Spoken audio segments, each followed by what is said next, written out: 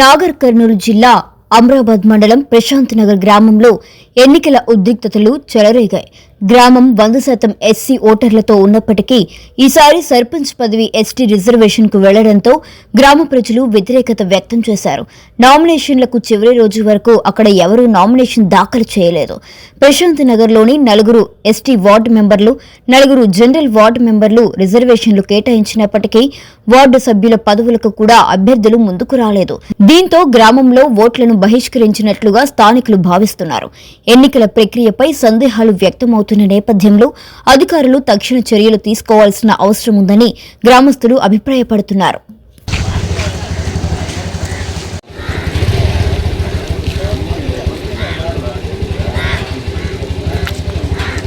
అమరాబాద్ మండలంలో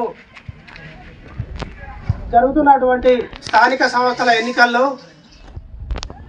ఈ యొక్క అమరాబాద్ మండలంలోని 5 గ్రామ పంచాయతీలు అందరూ ఎస్సీ జనాభా ఉన్నారు కాబట్టి ఈ ఎస్సీ జనాభాలో రిజర్వేషన్లు ఎస్టీ రావడం జరిగింది. 5 గ్రామ పంచాయతీల్లో మన్ననూరు ప్రశాంత్ నగర్ గ్రామంలో అందరూ ఎస్సీ మాదిగ కులానికి సంబంధించిన జనాభా ఎక్కువ ఉండడం వల్ల, ఎస్టీలు ఎవరు లేకపోవడం వల్ల ఇక్కడ ఉన్నటువంటి స్థానిక సంస్థల ఎన్నికలు, సర్పంచ్ ఎన్నికల్లో అన్ని all parties, BRS party, Congress, BJP ఉమ్మడిగా ఈ ఎలక్షన్ అనేది మేము మా ఊరి తరపు నుంచి మాట్లాడుకోవడం జరిగింది, బహిష్కరిస్తున్నట్టుగా మాట్లాడుకోవడం జరిగింది.